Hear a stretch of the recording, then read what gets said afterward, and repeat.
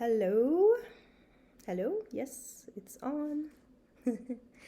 Hello, my name is Sonia. If you're new to my channel, and if you're not, hello. I started out this channel probably 4 years ago or something to talk about embodied wisdom and my own experiences and how I view the world as somebody who thinks a little bit or a lot outside the box, and wants to create a higher reality. So, a cultural creative, as Bruce Lipton says, or somebody who has a lot of visions about what's possible, a creative, visionary, these kinds of things. So, and I've had some very deep experiences with death and rebirth many times, physically, metaphysically. And so all of these together have created this Sonia Sunheart personality, personal reality, as Dr. Joe Dispenza says. And what does that mean? It's a big topic, right? Your personality creates your personal reality. Now, we are souls. We come in and embody in a vessel, and we have DNA from two lineages of our parents, and so we have to combine all of this into the being that we are. Now, the DNA, what's interesting about that is more and more is coming up with epigenetics, and that you can overwrite whatever you came with. Now, there's certain fundamentals apparently that we can't, and I'm not a biologist, so I'm not going to go into that. But all I know is from my own explorations on consciousness, on molding reality, on how I feel and what is being reflected in my personal reality, is something that fascinates me, that I love talking about. And of course, we are all energy, but how does that energy come into being? How do we express it? How do we embody it? And how do we share that with each other, with the highest potential and also the highest service, right? Like wanting to help each other, because when you are in that place of lack and lack of self-worth, lack financially or physically, health, whatever, you're not that's your priority. Your priority is not to go help others, right? It's to fill your own cup. And that's perfectly normal and perfectly healthy. And that's what all of us need to do. Now, anybody who's altruistic and empathic sometimes will go beyond. Even if they're depleted, they can't stop, because it's just the nature. And that's not good either. That's not balanced. And then others who are just take, and they just can never get enough, right? The hungry ghosts, or the vampires, or the narcissists, or whatever. They just want more, but they don't actually understand the true laws of that. The more you give, the more you receive. So unfortunately, they have a distorted reality that is being reflected. So, having said that, how do we create our best reality? I'm in the process of discovering that all the time. But people will say how lucky I am, right? She's so lucky. She always finds the right house, the right place, the right job, I just have to start thinking about it and starting to focus. Energy flows where attention goes, right? That's something quantum physicists are saying, that I've been saying on my channel since the beginning. But I didn't, I'm always getting more and more layers to understanding it, to understanding my God self, my soul self, my eternal self, my the Christ within, or the kingdom within. So that is the one that is eternal and just observes what the human is doing, what the ego, the personality, and all that. So the personality, you need one to live in this reality, of course. And you can transcend that too, because we are just light particles, dancing particles of quantum energy that form and then go back and form and come back. And I've done that through breath work, through other other DMT experiences. Anyone who's done that knows that it's very hard to describe these experiences, but once you've merged with it all, you become all, you become nothing, you become everything. It's like transcending a lot of the 3D reality that a lot of people are in. And unfortunately, that creates a lot of grief and suffering, because people think that the end is near. They don't have a lot of time. Disease is going to take over. They don't have the control of their mind and this God power to be creators. And so Neville Goddard, thankfully, there's a lot of people now that are tuning into this information and becoming, this is what we need to do. This is the great, to me, the great awakening, the great shift is us realizing how powerful we actually are, that our thoughts become things, that our thoughts become reality.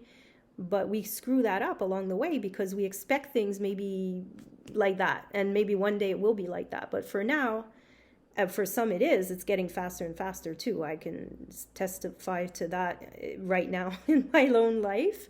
If I start thinking negative things, it starts to go a certain way. If I flip it back, we got to flip the script back into a higher frequency thought reality. So that's why it's so important. And a lot of our programming is that from the past. So we base, what we manifest on what we know and other experiences. And if those are negative or traumatizing or whatever, we end up going back there. And trust me, I've had my share of trauma. Like, I can go on and on about my own stories, but I don't really feel like it because that's not what my channel is about. But I just know that I came to this place through a lot of contrast and a lot of bringing the darkness into the light, or really what is obscurity except just not understanding, right? And not finding your place in the world and things like that. So yeah, so I'm just gonna share this little quote that I read again in The Power of Assumption, because I'm still in that chapter. I'm going over this because it's very important right now, because we're talking about security, and we've got this whole warmongering spiel going on in the world, and we have to justify more war and more weapons and more protection, and always like for your own health, your own good, like everybody's basically not living in order to protect themselves from death. Like, that's where our culture is at right now, which is interesting to say the least. But for those of us who are wanting to be free from the dogma and the old programming, we are finding our own way, and we're finding it through information, through meditation, and through sharing like this. And so if you find me, great, hello. I'm in a place now where I'm like, why am I doing this? I'm doing this because it could help people to align their lives with a higher reality, and more flow, and not so much pain, and not so much anxiety or things like that, because we don't control. And yet what we do control is our emotions, our states of being. So, and our what they call also the mental diet, what you're putting into your mind daily. So I haven't had a TV in probably 15 years or more, maybe more. People are like, wow, that's weird, in some, a certain generation as well. I grew up with a TV on all the time, and you go to grandparents, there's always there, always in the background. But that background noise, or that background, whether it's the radio, the TV, that's a whole propaganda. It's part of the mainstream, but puppets that are working for a certain story that wants to continue. And on the side of that, you have us that are going, this doesn't make sense anymore. These school systems don't make sense anymore. If you're not talking about energy, you're not making any sense. So, and the structures are so old, and yet, it's still what's happening. So we need to be that change. We need to speak that change into being. We need to embody it and be sure about it. And don't doubt yourself just because most of the world is not awakened, or around you is going to say that you're crazy, or you're delusional, or you're disconnected from reality, or whatever. Like, I've gotten just all of that for a long time. But what happens is those people are usually just a little bit ahead of their time, sometimes a lot, and later it's understood. So let this be an archive for later. Maybe my grandkids or whatever, they'll be like, they'll know who I was, they'll know what I stood for. I'm not just gonna be this like quiet, meek, passive, obedient, little woman that like if I quoted something, if I would have wanted to be controlled, I would have came with a remote control, right? But I didn't. I came with my own mind and my own intuition and my own beautiful God-given temple that's organic and knows what to do, how to circulate the blood and how to do everything, re-harmonize, balance itself over and over again, through fever if it needs to, burn something out, and having the accidents I've had and have everything, come back.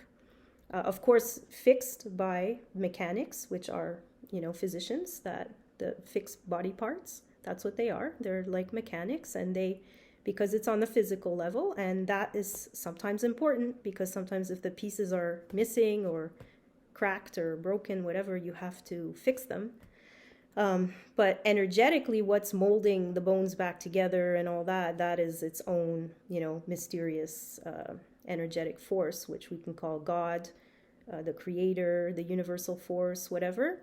That's what life is about. So life wants to create more life and it wants to thrive.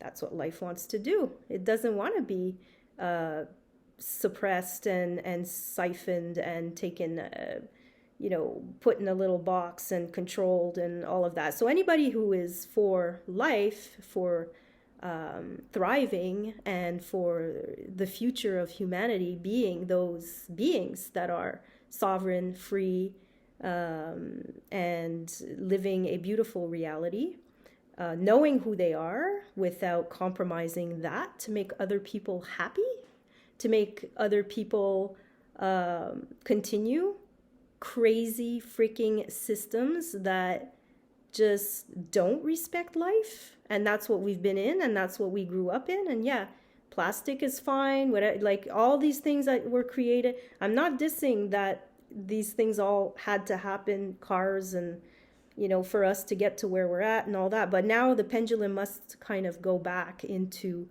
a better equilibrium of life and inventions that are with life instead of against it. So so that's not just for profit, not just for very few who get to make decisions and fly jets and decide what the policies are going to be for the rest of the planet, or G7 countries or whatever that are making decisions for the other 200 and what is it, I don't know how many countries, sorry, but just to say that we need to see the whole as this whole global family, and we need to upgrade that very fast. And I think whatever's going on with us, the sixth sun and the prophecies of being in our hearts, the Hopi prophecies, everything, that's the most important thing, because that's what unites us through the magnetic field of the earth and through each other. And the water, so again, the crystallization of beautiful patterns that we can be, or we can be distortions. And I see that in myself. When I'm doing great, I take care of myself, I eat well, I jog, I do my sauna, I send loving, beautiful golden energy into my body. I start to radiate. I start to feel full of life. But if I get negative and sad and depressed and start, and then I see myself, my face is, the color's not good. Maybe I'm going to eat foods that are, toxic and so because I've done that for most of my life, unfortunately, I wish I would have been one of those super healthy people right from the beginning, but I went into emotional eating. I've overdrank. I've done a lot of things, a lot of indulgences, and that's, I guess, part of the transcending of in my DNA as well, coming from alcoholic backgrounds and all that stuff, right? So, but that's the thing. We're not, we can be victims or victors of our own lives, and we are making those choices every day. And then if we fall off, we go back on and we get back aligned. And that's what I keep doing. And as I'm getting close to 50, which is, a half century of experience, with 3 children and many jobs and, living in Europe and all these other experiences, I just feel now that I have enough to, continue to feel confident in my own choices, and I feel loved and supported on a higher level, so I don't really care what people think at this level or around me. But I do have beautiful friends also, so it's great to feel that and feel connected and be able to speak with them as well about all this beautiful stuff. So that's it. I'm just going to read this. You must be conscious of being secure if you are to know what security is. So how do you get that security? From within, right? Everything's from within. You can't get it from without. Yeah, you can deadbolt your locks and all that, but you're still, if your mind is going to think that things are going to happen in a bad way, like, you're not free, you're not secure, you're still running it, the old program. So therefore, to incarnate a new and greater value of yourself, you must assume that you already are what you want to be, and then live by faith in this assumption, which is not yet incarnate in the body of your life, in confidence that this new value or state of consciousness will become incarnated through your absolute fidelity to the assumption that you are that which you desire to be. This is what wholeness means, and this is what integrity means. So, self-doubt, self-condemnation, fear of persecution, that's a big one for some of us that have these memories of being a little bit too vocal, a little bit too free, a little bit too ahead of their time, right? These are energies that we have, and then we hide from the power that we know is there, but we're not ready to reveal it to ourselves or to others. But we are in those times now of revelation, so it's time to reveal ourselves to ourselves and to the world, whatever that is to you. For me, it's whoever's listening at this moment. Wherever this goes is out of my hands. And like I said, I just want to feel this empowerment, vibration, alignment with my higher timeline, and it's such a beautiful place to be, and it just keeps getting more and more amazing. And even though sometimes we hit a wall, we get a layer that we need to, I call it a purge, something that's coming up very deep, like a childhood trauma or a wound or something that's very deep, and you didn't really realize it was there until this situation happens. And then so this is the whole, hero's journey thing that we encounter as we go, and then we move through it. We move through, spit out the fur ball, whatever, and then we just keep going, and until I don't know when or where but we got to keep going, and then it gets more and more beautiful. Like after these major storms, we often get the beautiful rainbow, the sun after rain, and all the light after the dark, and all these different analogies. But that's it. So assuming that you are free, sovereign, and you can create your reality, and that will start to be reflected around you. If you continue to think of yourself as a beautiful, healthy, wealthy, prosperous, generous person, well, then that will start to appear. And even though you might say to yourself, well, right now, what I'm witnessing is not that. You have to see yourself in the end. You have to project yourself into the end movie of what it is that you really want or desire or visualize, whatever you want to say. And then know that it's heading that way, or something better that you haven't yet, that your human can't even grasp. Like it's so much better than even what you could imagine sometimes. So let that faith continue.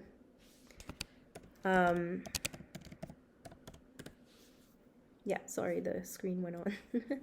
Let that faith, the deep faith of that, knowing that you are the one in command of your avatar, your earthly being, that you're here and to be and to embody and to share what it is that, for some it's building houses, for like their passion about, like I've just met so many different people with different passions, even in this last year, couple of years. It's so beautiful because being spiritual just means, more aware, I think, of the subtlety of life, the breath and things like that, and being flexible with what happens and having awareness and all these things. So to me, that's linked with spirituality. But again, you breathe, you're spiritual. This is what I don't want to categorize spiritual people, non-spiritual, or have to look a certain way to be spiritual or not, because it doesn't resonate with me so much. It's not because I don't have all the gear and the crystals and like I'm the living crystal, like I'm the Christ. This is you don't need to have that. Those are like the training wheels, that we need as we and they're fun, and it's fun. I love that, and I love ceremony, and I love dressing up, and I really love that. So enjoy your journey, make it how you like it. And this is learning this throughout the years, and enjoy. Okay, take care. Bye.